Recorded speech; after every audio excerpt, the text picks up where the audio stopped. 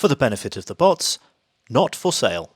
Hello and welcome to Bloke on the Range, and I'm here with Ziga Polinar at the secret location of Polinar Tactical. It's Hello. Somewhere in Czechoslovakia. And we both shot Lynx Brutality, full retard mode, with... Integrally suppressed SMGs. Yep. Or PCCs, depends what you call them. So Ziga's got like the OG modern one here, which is an MP5-SD. It's the MKE, so the Turkish copy, but still, I love it. And I've got the meme GAT. It's the B&T KH9-SD with the adapter for Suomi mags, because of course. And I must say, first of all, mad props for designing a match with a 150-meter shot in it, repeated 150-meter shots, when you knew you were shooting integrally suppressed. Yeah. That was... the thing is that the match comes first. Yeah. I knew what I was shooting, and I was designing the stage, and I immediately thought that, oh yeah, maybe people that will be shooting PCCs will have an issue, and then I think, oh, I'm shooting integrally suppressed PCC, so that's even worse. But we kind of tried to make it in a way that even people that were struggling and didn't know their offsets and didn't know what happens if you shoot 90 degrees canted will have a chance. That's why we have a great team of ROs. They were spotting and they were helping shooters out. Yeah, and they were calling very well what the hits were. Now, for those who've been following on social media, they'll know that I've been having lots of fun with finding ammunition that does what it's supposed to do. And this seems to be a pretty general thing. You've had less issues with that. This one seems to work with almost everything, just not with subsonics with flat nose. I mean, that's more because of the design of the bullet shape, than actual velocity. Because I think this is a FUD lore that if you shoot subsonics through an MP5-SD, that it will jam or whatever, or it wouldn't have enough pressure to even get the bullet out of the barrel. And we just tried it right now. Yeah. What is it, like 50 to 60 FPS less than normal ammo, so it's barely any difference. Yeah, and the issue I've been having with this mostly is off of a cold suppressor. A lot of commercial ammunition just wasn't reliably cycling, so I found some ammo that did, and the grouping from different type of ammunition to different type of ammunition, and even batch to batch, is quite different. It's just, I didn't realise when I got this that the integrally suppressed was just going to be a whole can of worms with both functioning and accuracy. That was a surprise. And on these 150-meter shots, we'd been nerding out with ballistic calculations and stuff. And I ended up with the gun canted like 60 degrees left, that I was aiming about a meter higher than the center of the target and about that much right. And you were something similar, weren't you? No, I was all on the top of the berm, I think like 3 meters above the target. Yeah, but side by side, so left to right, I was maybe 2 targets to the right, had to aim 2 targets to the right. So that's not far off what I was on the... That surprised me, so the directional correction was less. But it's maybe not 3 meters, maybe it was like 2 and something meters, but definitely a lot. This is fun. And it was also surprisingly fun trying to figure out what is the optimal zero, how to adjust it for this kind of match. And it actually makes a difference, because first I was like zeroing at 13 meters, because it also correlated with 80 or 88 meters or whatever. But I figured... 88 is perfectly appropriate for a German gun, of course. Yeah, 88 meters, yes. But then I figured that if I kind of play with it a bit, I came to the 15 meter zero, because then from 20 to 70 meters, I had a very flat curve. That peak was very flat, and from 20 to 70 meters, the only thing that I have to do is I have to know that I'm high at about 5 centimeters. From 3.8 to 5.2 centimeters, something like that. So that's a very nice margin, even for our 5 centimeter small targets. So I use that, because the alternative would be that I would be low and then I would be high or 3 centimeters, 4 centimeters, up to 15, 20, 22, and then go down again. So it would be much more, much less user-friendly. Yeah. So Let's I've put got it a like that. 50 meter zero, which gives me about 20 and 50, and then I'm never more than 5 centimeters up or down in between. And the little ones close up, according to my little table of nerdism, I was about 1.5 centimeters, which is enough that at speed you don't really worry about it. But you've got a Okay. lot more height over bore on that. Yeah, I think it's 7.5 centimeters. Oh, actually, it's not. That's about the same, actually. Yeah, I had to. That's another thing. When you're firing slow bullets, that are ballistically like rocks, they are very fat and very round. Everything makes a difference. So, oh, that's Truck. it's not a truck. It's a Dumper. what's that? A dumper? Digger. I can't even Digger. remember what the English word is. It's a bagger in German. It's just, Bugger. Yes. So the thing is that even measuring your height over bore, where your optic sits, makes a difference. Just a half a centimeter when you're doing a ballistic table makes a difference of a couple of centimeters, which on a range and this kind of small target that we use could make a difference between a hit and a miss. Yep, absolutely. And what was I going to say? I'm distracted. I don't know. Yeah. Yeah, and what surprised me was that your velocity.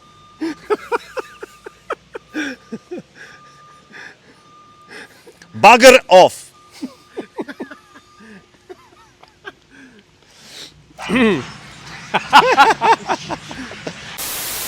A little later.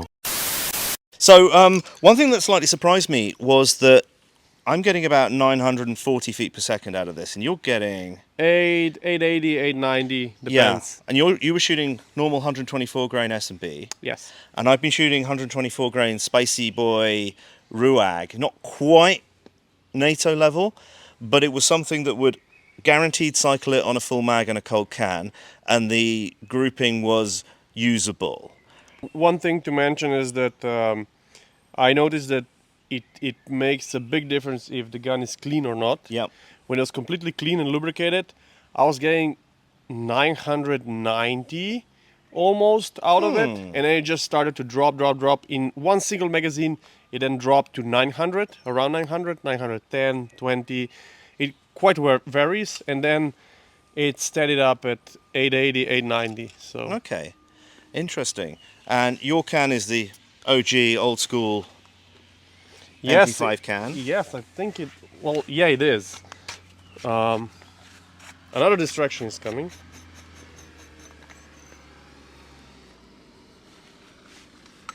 Ooh. But yes, it's the old design. It's monocore inside with this kind of not even baffles, but It's like a girder that's bent in. girth. Oh, that's cool. And then this is a modern, well, B&T. It's a flow through, and it comes off like that. Attaches around the back of the barrel, and we're ported at the back of the barrel. If it'll focus on that. And then this is a lower gas pressure, lower back pressure, because it's got a flow through chamber outside of the main core. It's still gassy though. Well, It's not as gassy as that. I think you could call this not completely flow through, but this is also not. It's not the conventional baffle design. Yeah, it has a bit of Because- bypass in it. Yes, it does. As you can see, right? Yeah.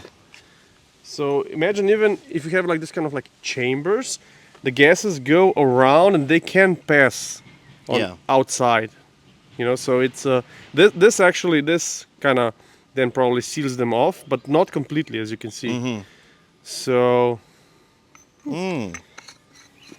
So two quite different gats. This is straight blowback.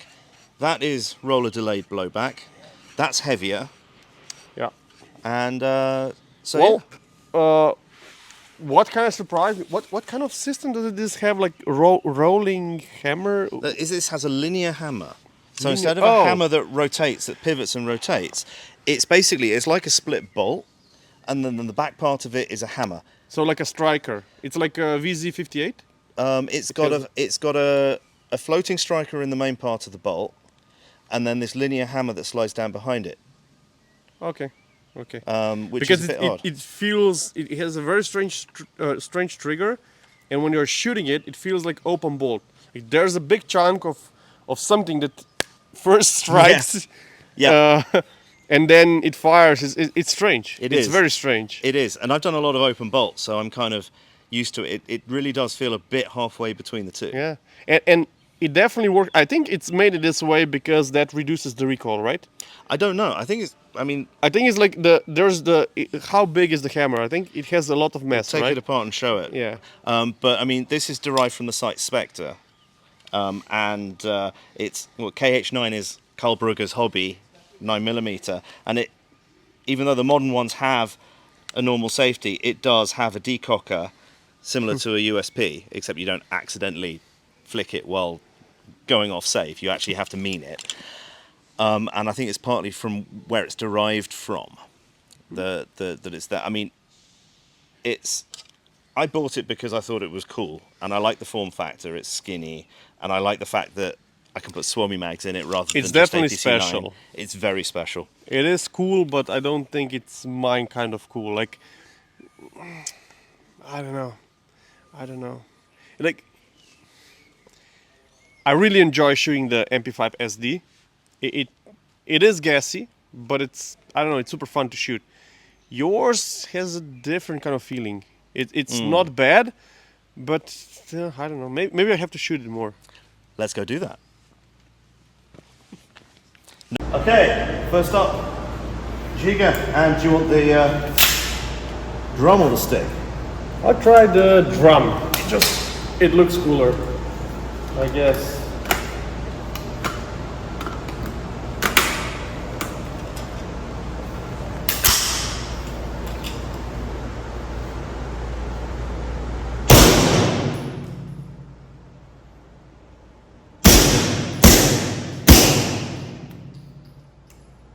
It is very interesting. The trigger is super light, has no real ledge, no real break, but then you feel like it's almost like the bolt is going forward, but that's, I guess, a very heavy striker or hammer, and the kick is lighter than you would expect from direct blowback. Yeah. So I think that that is a part of the system. Kind of reduces the amount of recoil. Nice. Woo! But it is gassy. Yeah, despite the flow-through can, it is gassy. It's hard to shoot fast because of the reset. It's a bit AK-like. Okay, so look at the reset.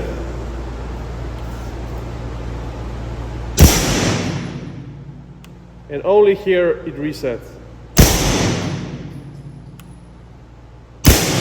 So if I press here, nothing, that trigger. Interesting. Someone who's used to it.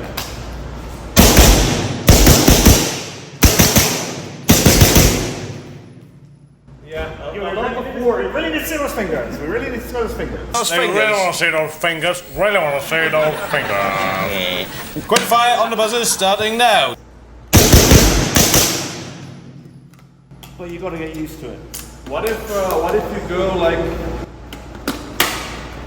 Hey, I'm somewhere I can do that. Good. Safety off. Nope. Okay, can you hold it and I try it? Okay, remove your finger.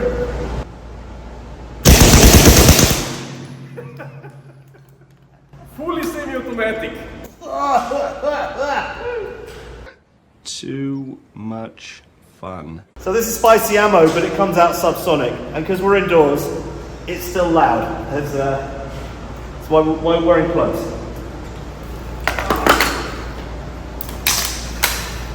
Now the refined gun for refined gentlemen. We've got more culture than a penicillin factory in Australia. I'm telling you that. No worries. Very soft shooting, nice trigger. Maybe a little bit less gassy, but when you shoot it fast, you will see.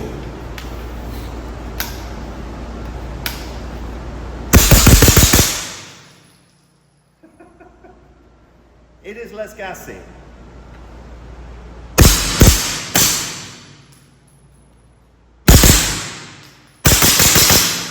the finger thing.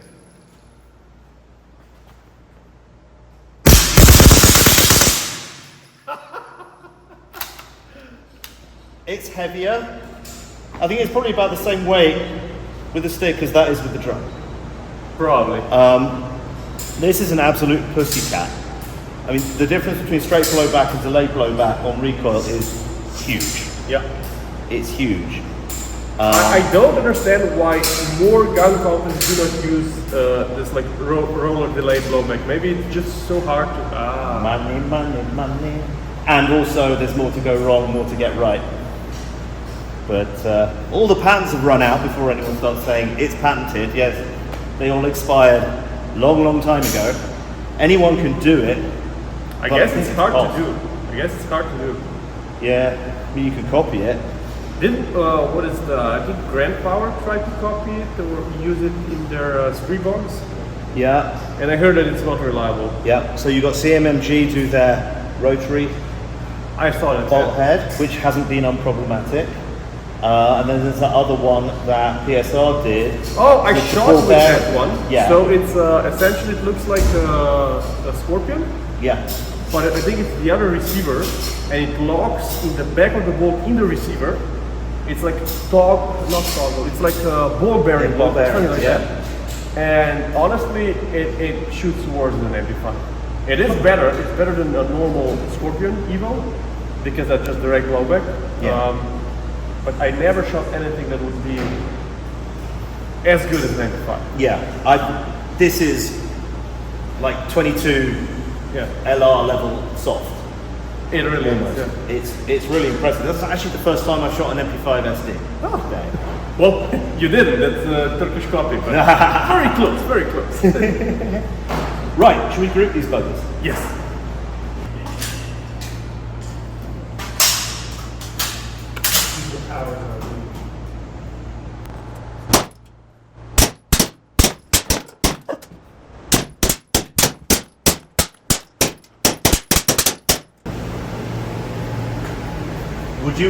Were you expecting that to be higher? Oh yes, Okay. because it's on. If we shoot it on 15, Yeah. it'll be this. Okay. But then it goes here, and then when you go further, it goes back here. It's like it's very strange. Yeah. It's very, very strange. And that was not my best shooting ever, but I think, well, your match ammo groups better in your gap than mine does in mine. Yeah, but you did shoot it standing up. Yeah, I did. Right, let's swap around and see how that goes. I can barely see the dot. I mean the dot on target. But also when I'm trying to make small accurate groups, I always turn my red dot down because I have astigmatism, and that way I think I can see it a bit clearer.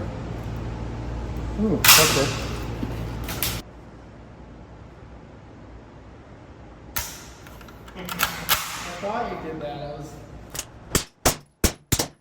It's such a pussycat.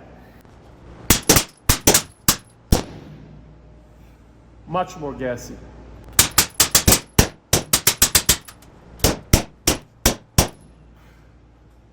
It is gassy. Here's Ziga.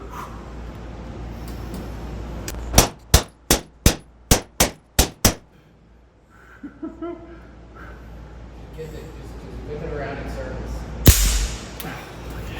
I think there were 24 in it. Oh, okay. Doesn't matter. Right. You see that? Just look at my eye. Look at me. Nice. Oh, you were high gun better than I did.